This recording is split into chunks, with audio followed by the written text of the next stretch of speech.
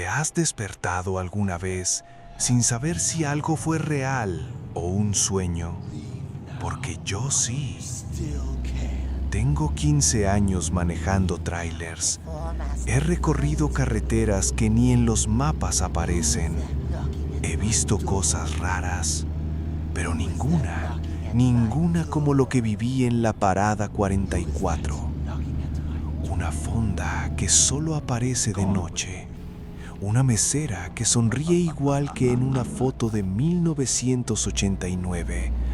Y una dueña que te dice, ella no sabe que murió. Quédate, porque lo que voy a contarte no es ficción.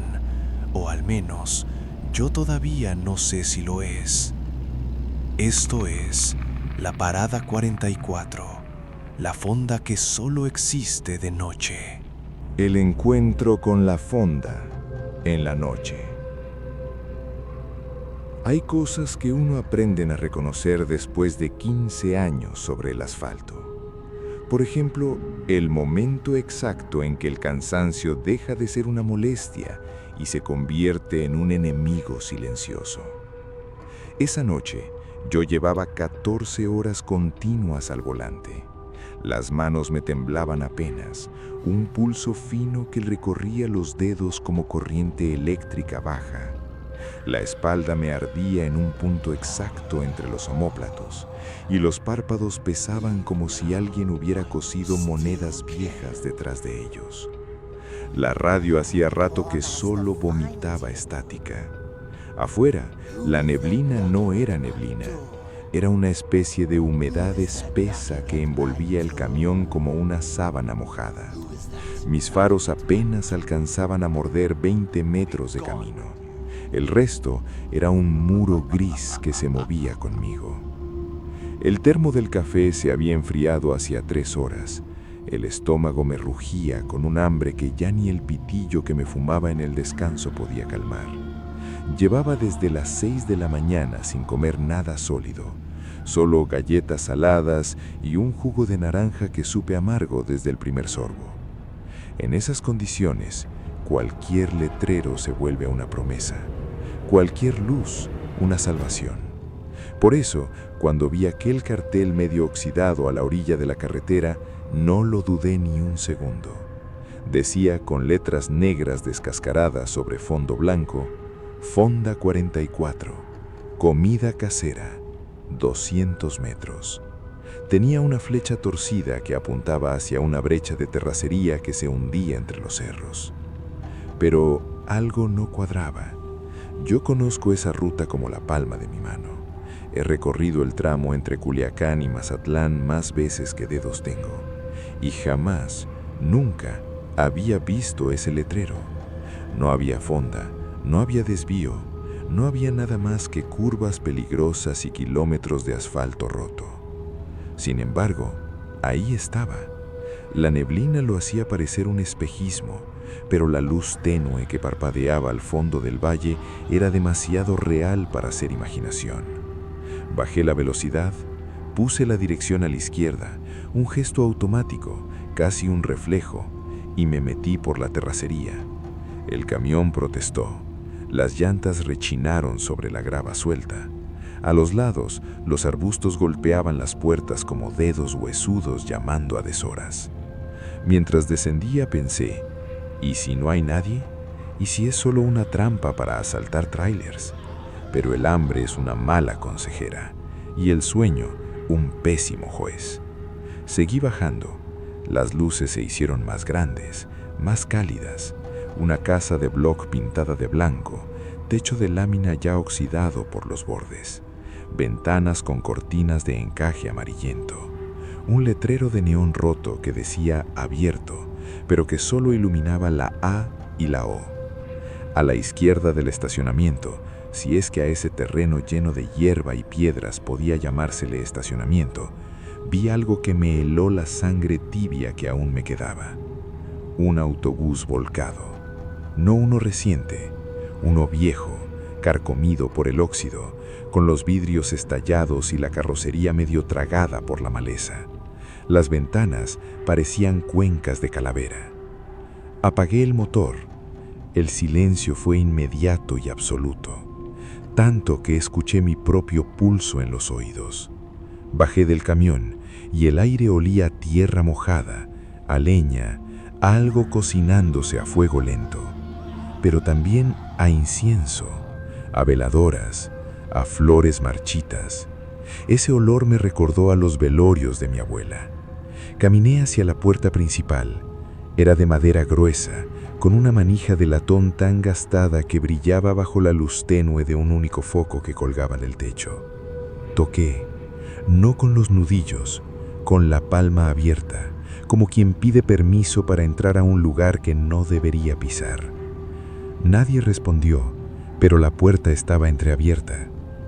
¿Hay alguien?, pregunté, y mi voz sonó más ronca de lo normal.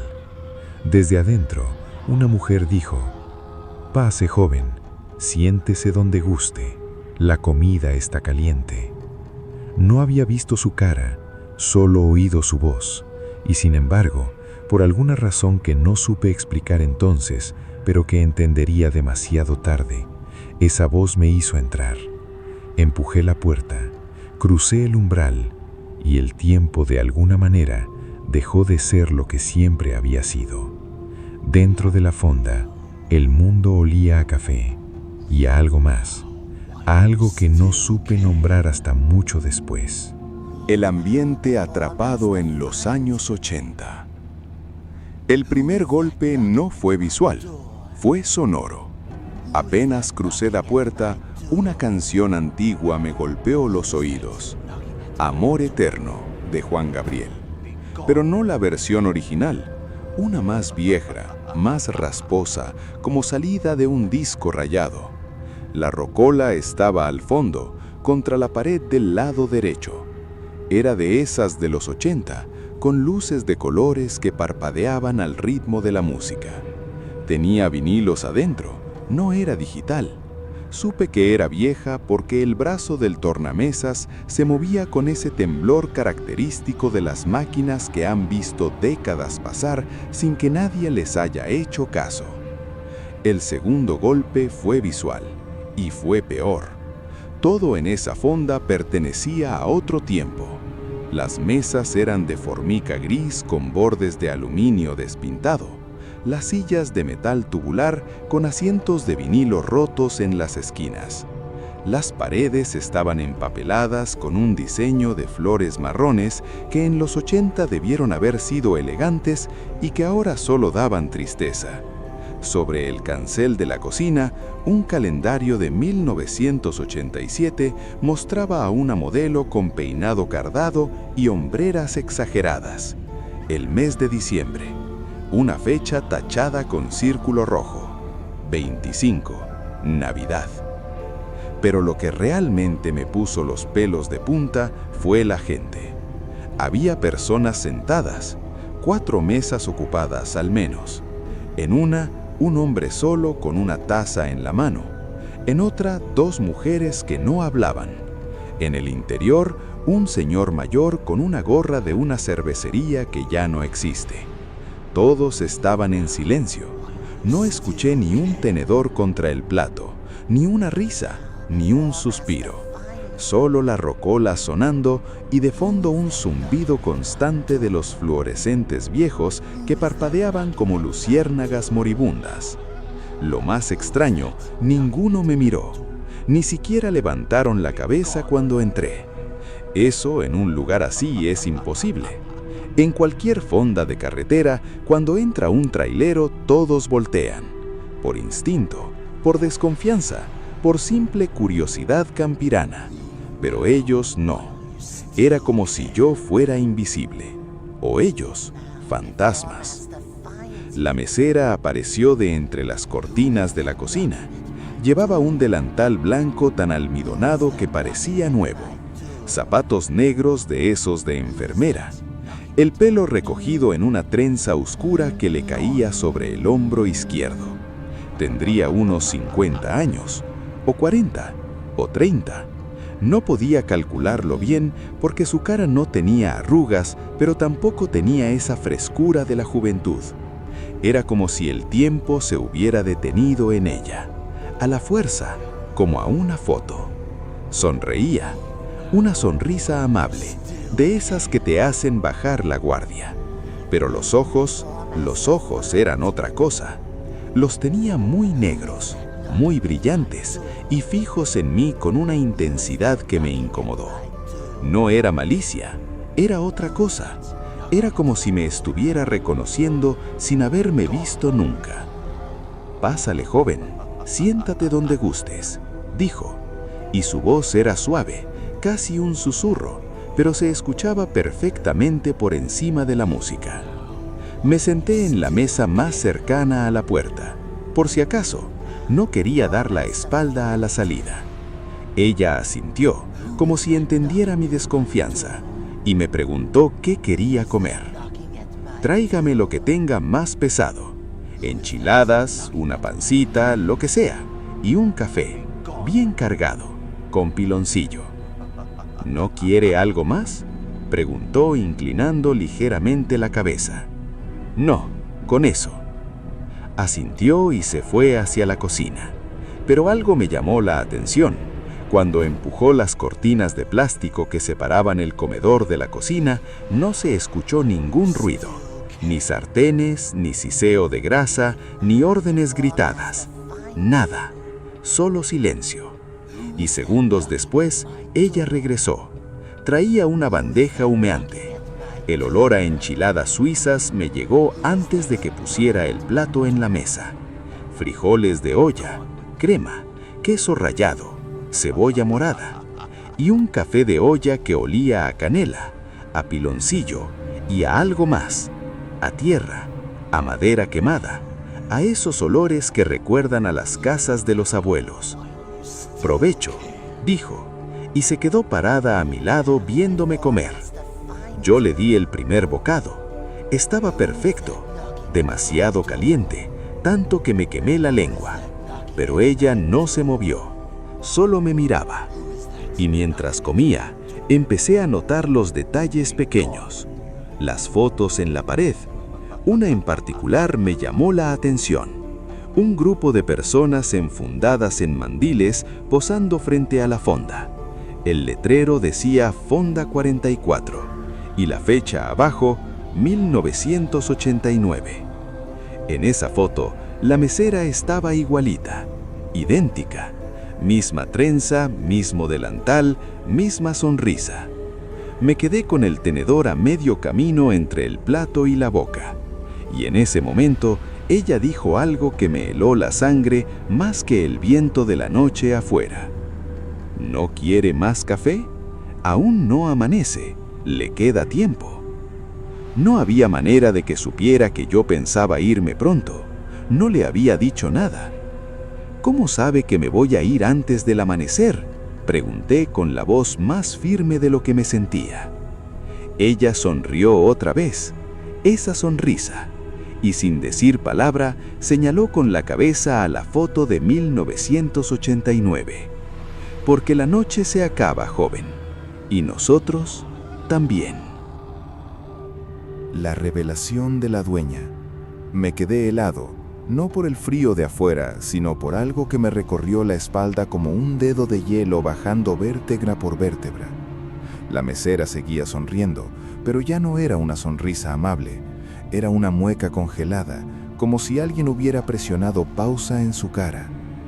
Quise preguntarle qué quería decir con eso de «nosotros también», pero ella ya se había dado la vuelta y caminaba hacia otra mesa donde el hombre solitario seguía moviendo su taza vacía, sin beber nada. Decidí no insistir, al menos no con ella. Terminé las enchiladas en 3 bocados nerviosos. El café me lo bebí de un trago, aunque me quemó la garganta. Ya no me importaba el dolor. Lo único que quería era pagar y largarme de ahí.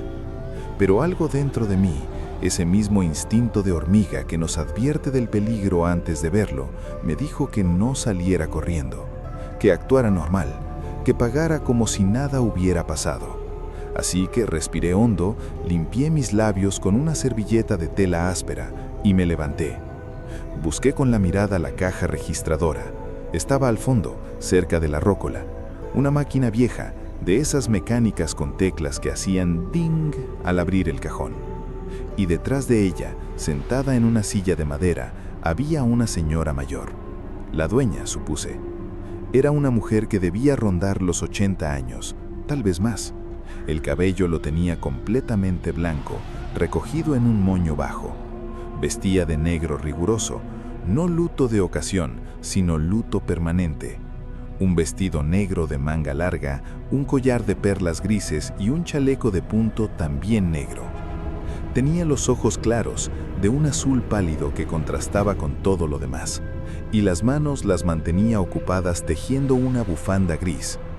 Las agujas de metal chocaban entre sí con un sonido rítmico, casi hipnótico. Clic, clic. Avancé hacia ella con pasos lentos, tratando de no hacer ruido, pero el piso de madera crujió igual. Ella levantó la vista sin mover la cabeza, solo los ojos. Esa mirada me atravesó como una aguja caliente. ¿Cuánto es, señora?, pregunté, metiendo la mano al bolsillo para sacar mi cartera. Ella dejó de tejer. Las agujas quedaron suspendidas en el aire. Me miró un largo rato, tanto que empecé a sentirme incómodo. Ya iba a repetir la pregunta cuando ella habló con una voz cascada, seca, como de alguien que ha pasado décadas sin conversar con nadie. Para usted, dijo, no es nada. Gracias por detenerse. No, señora, ¿cómo cree? Le tengo que pagar. Dije que no es nada, repitió, y esta vez su voz tuvo un filo que me obligó a callar. Casi nadie se detiene desde el accidente del autobús. El aire se cortó, literalmente. Sentí que la fonda entera contuvo la respiración. La rócola dejó de sonar, por un momento, o tal vez fui yo quien dejó de escucharla. Solo existía esa palabra, accidente. Mi boca se secó, las manos me sudaron. Pregunté, aunque ya no quería saber la respuesta. ¿Qué accidente, señora? Ella soltó una de las agujas y señaló hacia la ventana, hacia donde yo había visto el autobús volcado cubierto de maleza. Ese de allá, dijo, con la voz rota, como un vidrio viejo que se astilla solo. Un camión de pasajeros perdió los frenos en la curva de la montaña. Era de noche, como hoy. El chofer iba tomado, según dijeron en la investigación, pero nunca se supo la verdad. El caso es que el autobús salió de la carretera, volcó 3 veces y se llevó la fonda entera. Íbamos a cerrar en 10 minutos. Todos estábamos terminando de limpiar. Los clientes ya se habían ido, excepto unos pocos, gente que solo quería acabarse el café antes de seguir su camino. Hizo una pausa. Sus ojos claros se llenaron de una humedad que no derramó. Éramos 14, entre meseros, cocineros y comensales. 14 personas murieron esa noche. Mis 2 hijas, mi yerno, mi nieto de apenas 3 años, la muchacha que me ayudaba en la cocina y los clientes, todos, menos yo. ¿Por qué usted no? Porque esa noche salí a tirar la basura, al contenedor que está detrás del local. Cuando escuché el golpe ya era tarde. Corrí de regreso y solo vi escombros, láminas, vidrios, sangre y el autobús encima de lo que un día fue mi fonda.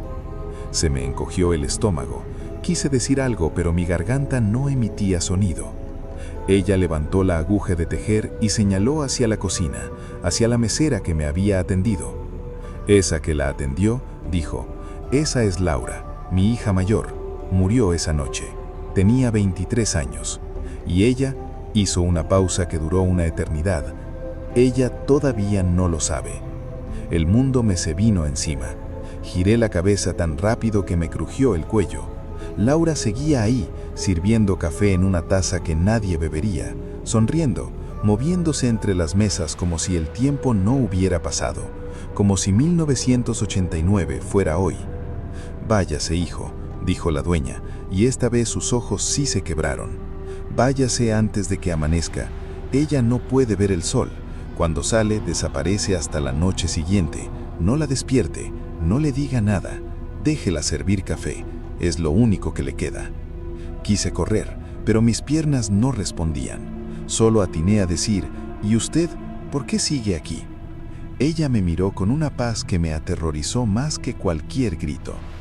Porque una madre no abandona a sus hijos, ni siquiera después de muertos. El regreso al día siguiente. No recuerdo haber salido caminando. No recuerdo haber abierto la puerta de la fonda, ni haber cruzado el umbral hacia afuera, ni haber sentido el aire frío de la noche pegándome en la cara. Lo único que sé es que de repente estaba sentado en la cabina de mi camión, con las manos agarrando el volante con tanta fuerza que me dolían los nudillos. El motor ya estaba encendido. No recordaba haber metido la llave.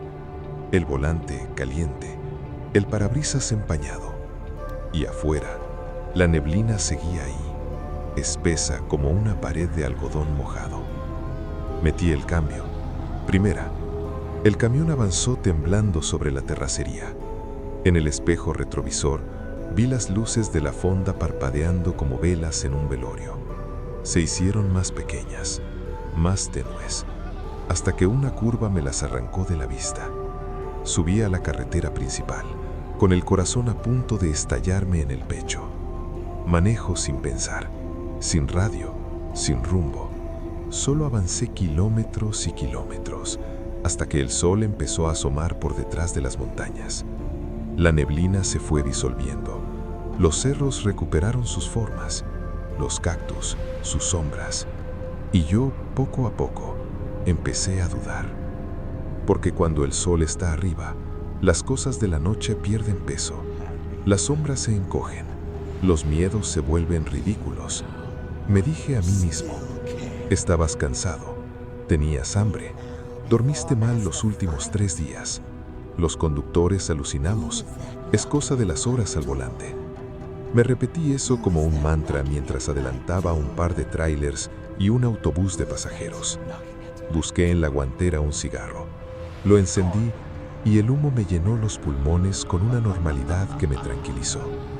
Todo fue un sueño, una broma de la mente agotada. La fonda no existe, la mesera no existe, el accidente del autobús nunca pasó. Pero entonces sentí la lengua. La tenía irritada, me había quemado con el café que me sirvió Laura. Y esa pequeña molestia, esa nimiedad, fue más real que todos mis argumentos. Di media vuelta, literalmente. Encontré un retorno en el kilómetro 42 y giré el volante. El gruñón protestó, pero obedeció. Regresé sobre mis pasos. Quería ver la fonda con luz del día. Quería tomarle una foto. Quería entrar, pedir unas enchiladas, pagar con billetes de estos de ahora, de los que tienen colores brillantes, y demostrarme que todo había sido producto del cansancio. Llegué al punto donde la noche anterior había visto el letrero. No había nada, solo el asfalto gris, la maleza seca a los lados y un par de botellas de vidrio rotas en la cuneta. El letrero no estaba, la brecha tampoco. Donde recordaba haber bajado por una terracería, ahora solo había un terraplén inclinado cubierto de piedras sueltas y arbustos espinosos. Me detuve. Bajé del camión con las piernas temblorosas. Caminé hasta el borde del camino y miré hacia abajo. El valle seguía ahí, pero la fonda, no. Bajé igual, no por la brecha porque ya no existía.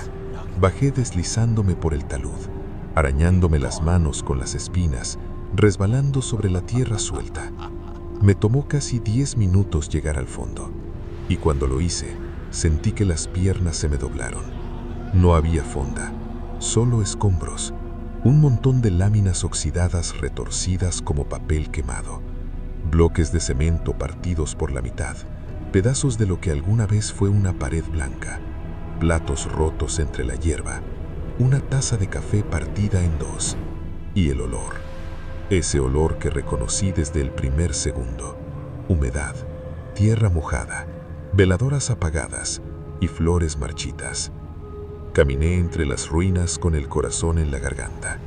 Mis botas aplastaban vidrios que crujían como huesos secos. Y al fondo, contra lo que antes debió ser la pared trasera de la fonda, encontré el altar. No era un altar improvisado, era un altar construido con amor y dolor. Una estructura de madera pintada de blanco, con un techo de lámina nuevo, el único material nuevo en kilómetros a la redonda. Y adentro, veladoras, flores frescas, estampitas de la Virgen y fotos, muchas fotos. Me acerqué con pasos que no querían avanzar. La boca se me secó, las manos me sudaron frío, porque cada foto tenía una fecha. 17 de septiembre de 1989, 30 años atrás. Leí los nombres, vi los fostros, gente joven, gente mayor, todos sonriendo a una cámara que ya no existe. Y entonces la vi, al fondo, en el centro del altar, protegida por un vidrio que alguien limpiaba con frecuencia. Estaba la foto de Laura. Misma trenza, misma sonrisa, mismo delantal blanco. El nombre debajo decía: Laura González López, 23 años, mesera, falleció en el lugar. Y junto a la foto, una taza de café, humeante, recién servida. Me alejé 3 pasos hacia atrás, tropecé con una piedra, caí sentado en el suelo mojado. Y en medio de ese silencio absoluto, escuché algo que me erizó la piel. La rócola, muy lejos, muy suave. Amor eterno de Juan Gabriel, sonando entre los escombros como si nada hubiera pasado. El reconocimiento y el ciclo eterno. Me quedé sentado en el suelo mojado de rocío y recuerdos rotos. La rocola seguía sonando en alguna parte.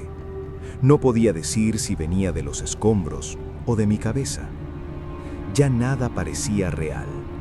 El sol se iba levantando detrás de los cerros y con cada rayo de luz la música se hacía más tenue, como si el día, con su verdad implacable, estuviera borrando lo que la noche había permitido ver.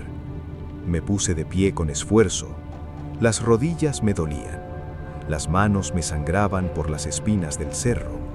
Volví a acercarme al altar. No podía evitar mirar esa foto. Laura me sonreía desde 1989, desde 30 años atrás, desde el otro lado de la muerte. Y sin embargo, esa misma sonrisa me había dicho provecho apenas unas horas antes. Ese mismo rostro me había servido un café tan caliente que todavía sentía la lengua irritada. Toqué el vidrio que protegía su foto. Estaba frío, pero la taza de café a su lado, esa estaba tibia. Alguien la había dejado ahí esa misma mañana.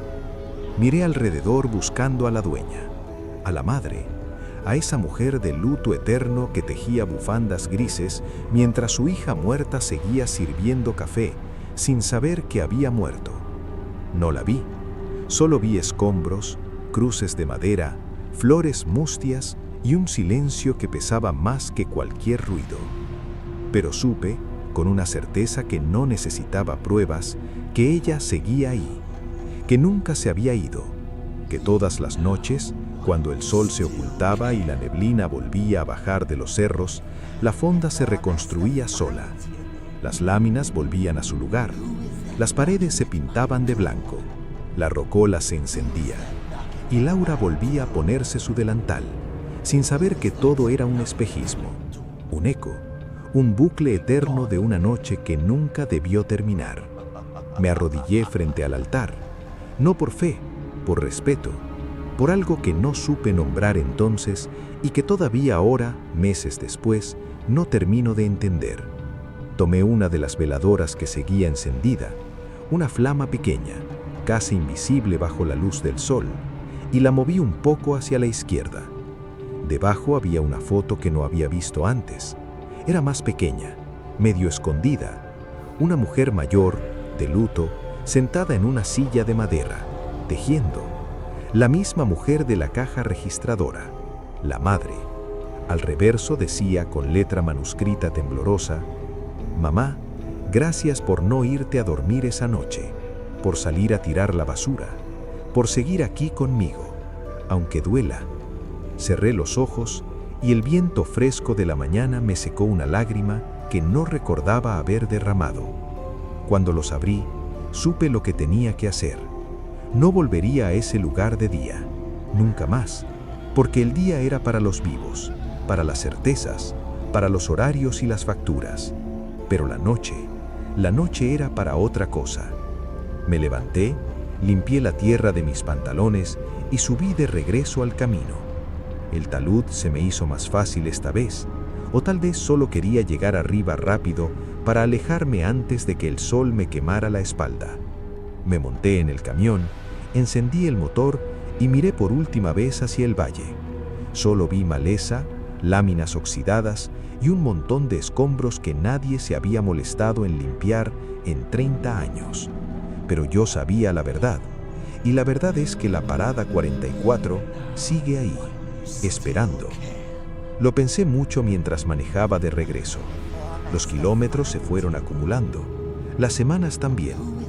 Volví a mi ruta normal, a mis horarios, a mis entregas, pero algo en mí había cambiado.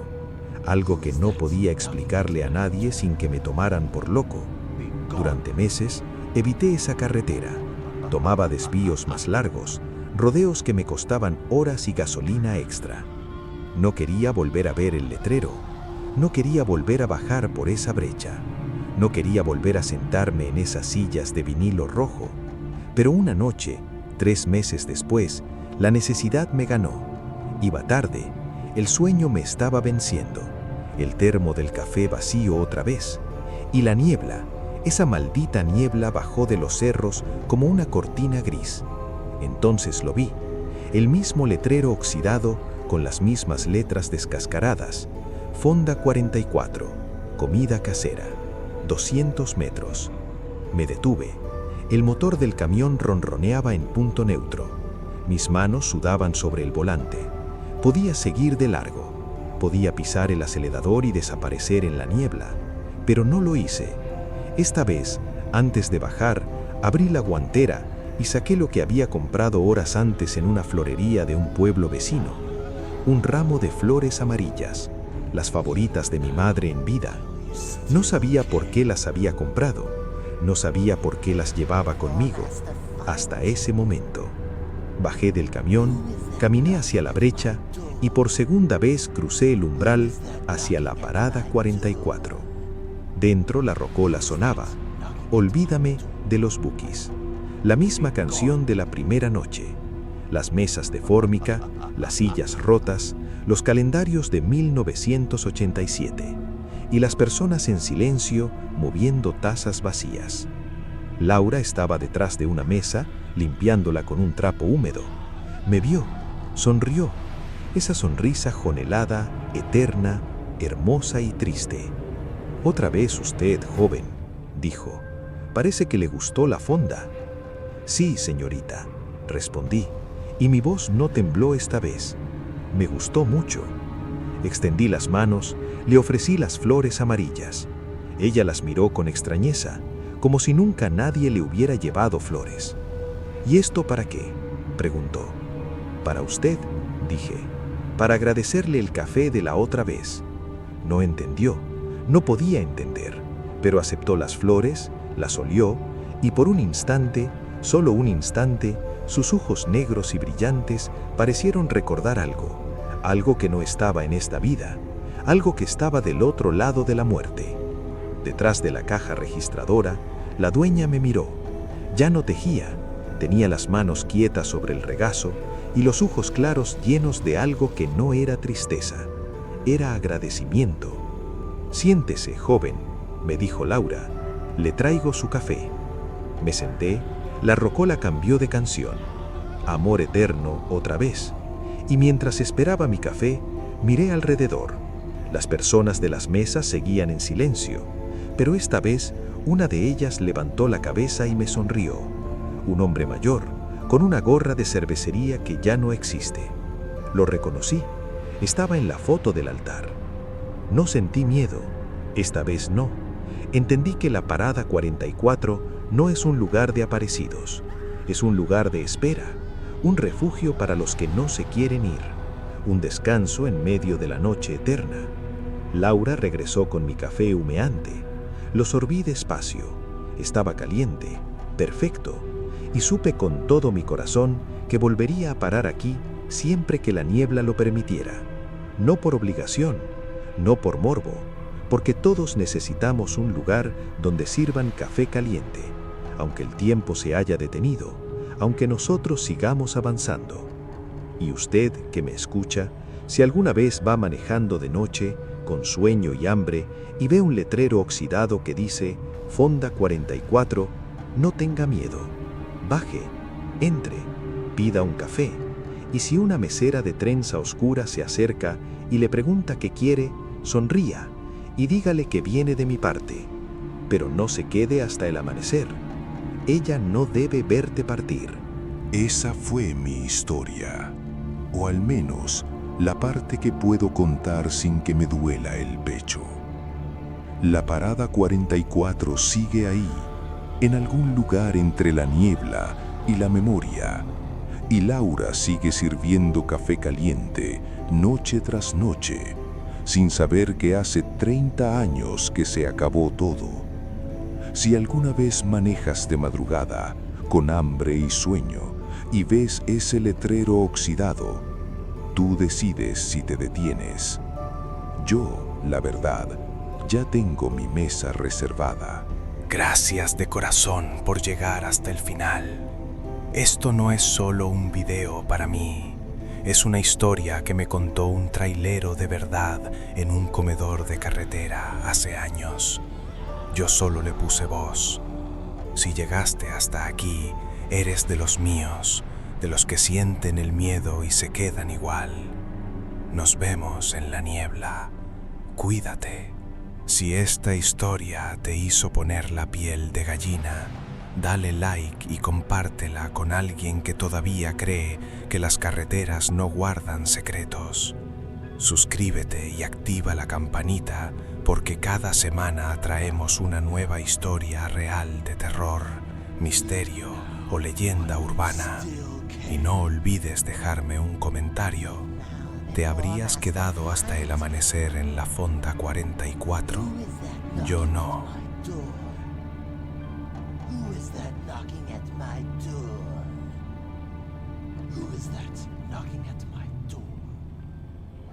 Be gone with